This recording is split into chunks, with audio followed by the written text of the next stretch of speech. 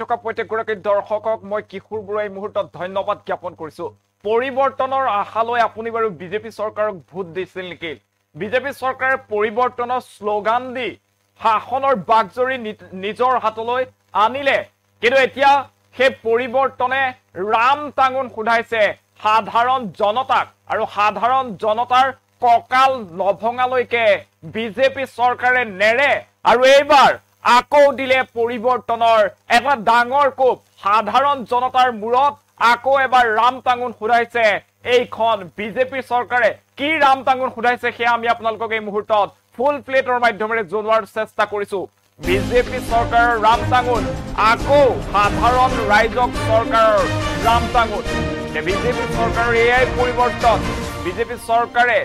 বৃদ্ধি কৰিছে জীৱনদায়িনী ঔষধৰ মূল্য পুনৰ বৃদ্ধি হৈছে মধুমেহ বৃক্কজনিত ৰোগ বিষ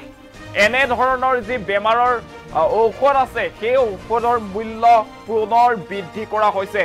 এন্টিবায়োটিক এলাৰ্জি ঔষধৰ দাম বৃদ্ধি কৰিছে সমান্তৰালভাৱে পেইন কিলাৰ জিৰডলপিৰ দাম 21 টকা বৃদ্ধি পাইছে বৰ্তমান সেই ঔষধ 118 টকাৰ পৰিৱৰ্তে আপুনি ক্ৰয় কৰিব লাগিব 139 টকা আৰু কেতবোৰ শিশু খাদ্য সামগ্ৰীৰ দাম বৃদ্ধি পালে 100 টকাকৈ এতিয়া যেন মূল্য বৃদ্ধিৰ প্ৰতিযোগিতাত নামিছে বিজেপি চৰকাৰ দৈনিক নিত্য ব্যৱহাৰ্য যিসমূহ সামগ্ৰী আছে সেই সামগ্ৰীৰ মূল্য বৃদ্ধিয়ে এতিয়া জালা যন্ত্ৰণাত ভুগাইছে সাধাৰণ জনতাক এফালে 1250 টকাতকৈ দিছে কিন্তু 1250 টকাৰ ঠাইত এতিয়া মানুহে বজাৰলৈ যাবলৈ ভয় কৰিব লগা অৱস্থা বজাৰত জুই লাগিছে চাৰিওফালে হাহাকাৰ আৰু প্ৰতি মাহতে এনেদৰে বৃদ্ধি পাইছে যি নিত্য ব্যৱহাৰ্য সামগ্ৰী সেই সামগ্ৰীৰ মূল্য যে বিদ্যুৎ মাচুল আছিলে বিদ্যুৎ মাচুল বৃদ্ধিৰ প্ৰতিবাদ চলিছিল সমগ্ৰ ৰাজ্যত বিদ্যুৎ মাচুল বৃদ্ধিৰ পিছতে ঔষধৰ মূল্য বৃদ্ধি কৰিছিল পূৰ্বতেও 2-3 বাৰকৈ পুনৰ বৃদ্ধি কৰিছে ঔষধৰ মূল্য বজাৰৰ প্ৰতিটো বস্তুৱে এতিয়া জুই চাই দাম সাধাৰণ লোকৰ দুবেলা দুসাজ খাবলৈ এতিয়া চিন্তা কৰিব লগা হৈছে মুৰে কপালে হাত দিব লগা হৈছে আৰু শেহতীয়াকৈ পুনৰ বৃদ্ধি কৰিছে ঔষধৰ মূল্য কি ঔষধৰ মূল্য বৃদ্ধি কৰিছে সেয়া মুহূৰ্তত জনোৱাৰ চেষ্টা কৰিছো মধুমেহ বৃক্কজনিত ৰোগ বিষ আনকি গেছৰ যি ঔষধ আছে সেই ঔষধৰ মূল্য বৃদ্ধি কৰিছে সমান্তৰালভাৱে এন্টিবায়োটিক এলাৰ্জি এইসমূহ বেমাৰৰ ঔষধৰ দামো বৃদ্ধি কৰিছে এইখন চৰকাৰে বৰ্তমান যি পেইন কিলাৰ আছিল পেইন কিলাৰৰ দাম 21 টকাকৈ বৃদ্ধি কৰিছে আমি পুনৰবাৰ জনাই আছো বৃদ্ধি কৰা হৈছে জীৱনদায়িনী ঔষধৰ মূল্য মধুমেহ বৃক্কজনিত ৰোগ বা গেছৰ ৰোগৰ বাবে আপুনি যি ঔষধ ক্ৰয় কৰিছিল সেই ঔষধ এতিয়া অধিক দামত কিনিব লাগিব সাধাৰণ জনতাক এনেদৰে মাধমাৰ খুদাইছে এইখন চৰকাৰে যি চৰকাৰে পৰিৱৰ্তনৰ শ্লোগান দিছিল যি চৰকাৰে পৰিৱৰ্তনৰ শ্লোগান দি অসমৰ শদিয়াৰ পৰা ধুবুৰীলৈ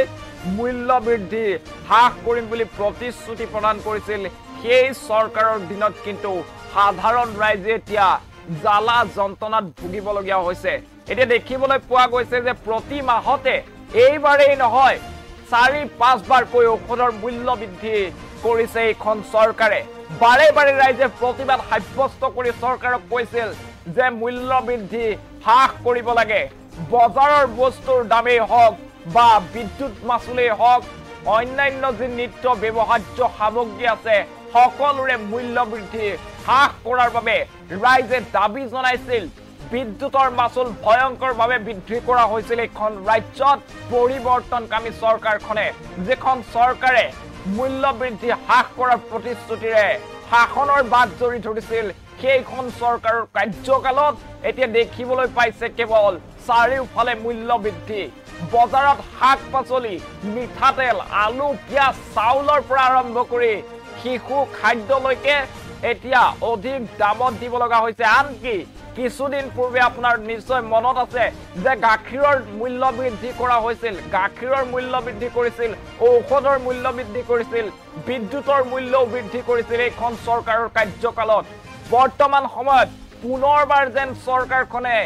ৰাইজৰ মূৰত মাধমাৰ ফুটাইছে, ৰাম টাঙোন ফুটাইছে আৰু সাধাৰণ জনতাৰ কথা যেন চিন্তা নকৰে এইখন চৰকাৰে। পুনৰবাৰ ঔষধৰ মূল্য বৃদ্ধি কৰা হৈছে। সাধাৰণ যে জীৱনদায়িনী বুলি কোৱা হয় ঔষধক, সেই ঔষধৰ এতিয়া মূল্য বৃদ্ধি কৰিছে। মধুমেহ ৰোগ, বৃক্কজনিত ৰোগ,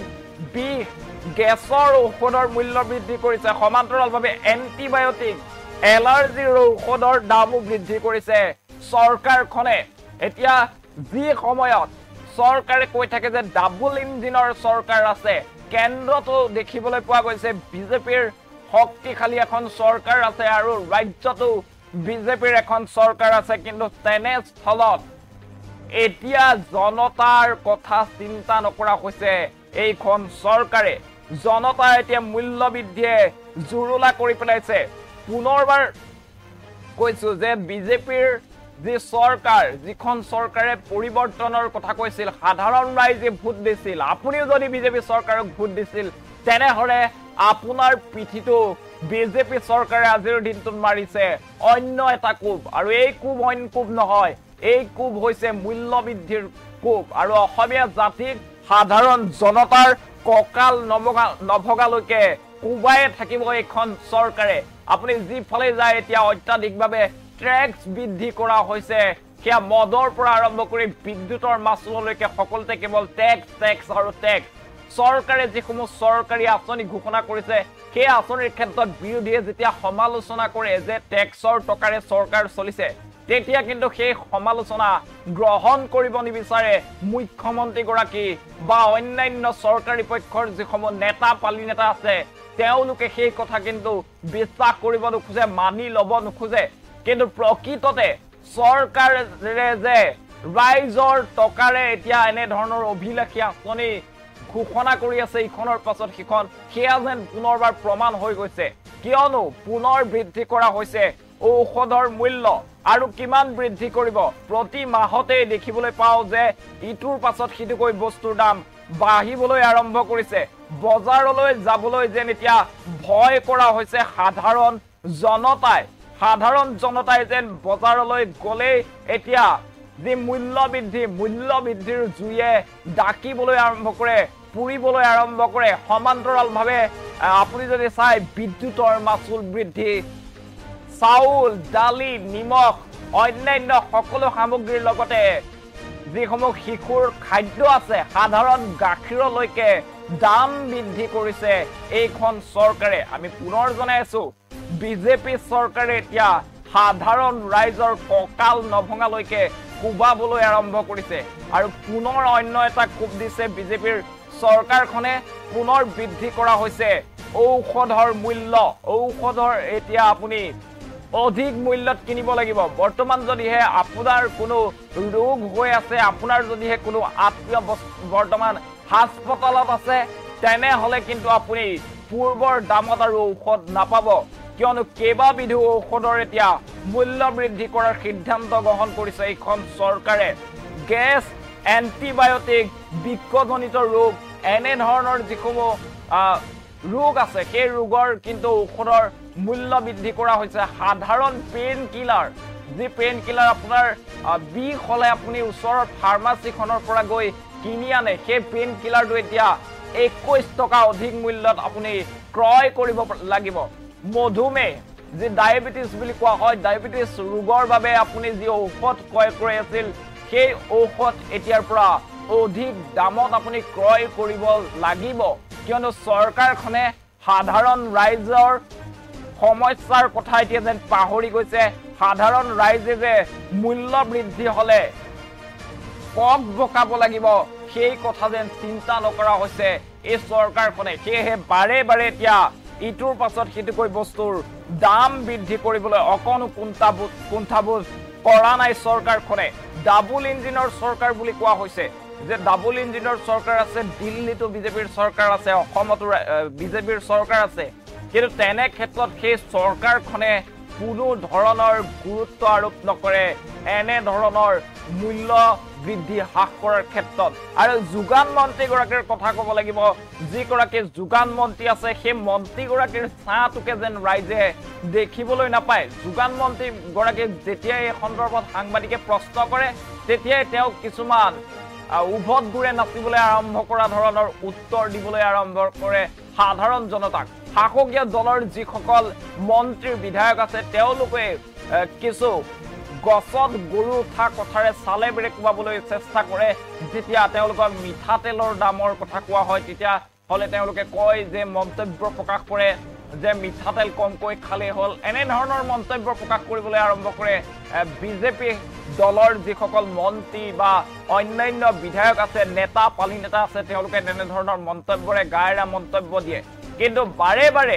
এবছৰত যদি 4-5 বাৰকৈ মূল্য বৃদ্ধি কৰা হয় তেনেহলে ইয়াৰ প্ৰভাৱ সাধাৰণ ৰাইজৰ মাজত কেনেদৰে পৰিব সেই কথাও কিন্তু মুখ্যমন্ত্ৰী গৰাকীয়ে সেই কথাও কিন্তু চৰকাৰখনে সেই কথাও কিন্তু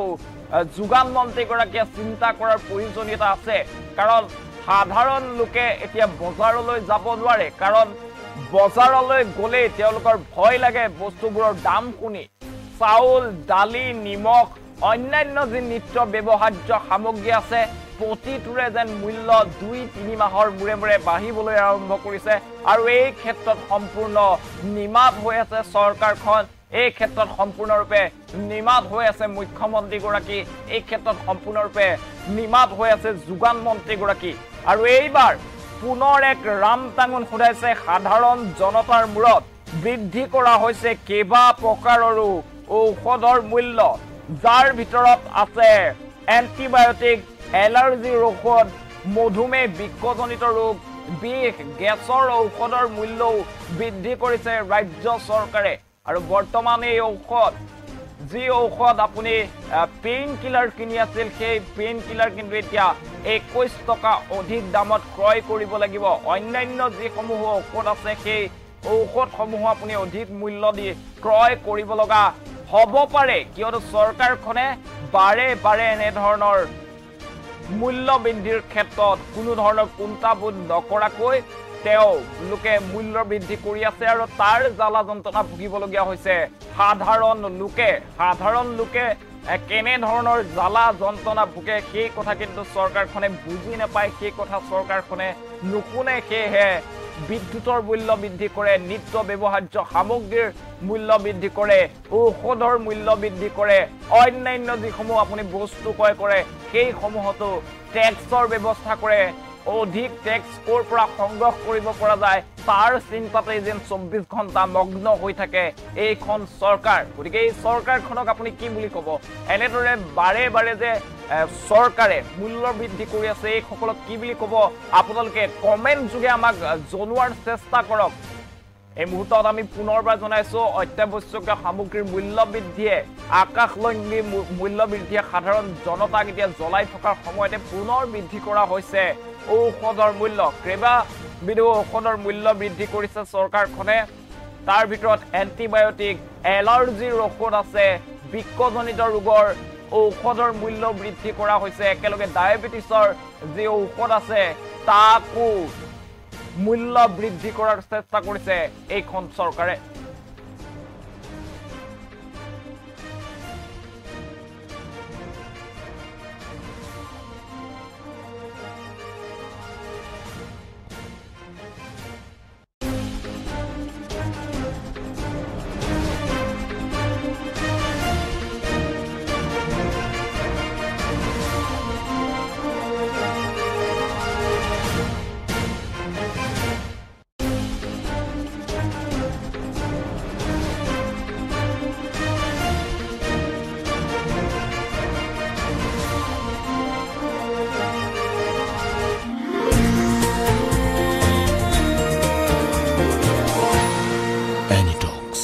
ভোটৰ বিপৰীতে ৰাইজৰ স্বাৰ্থত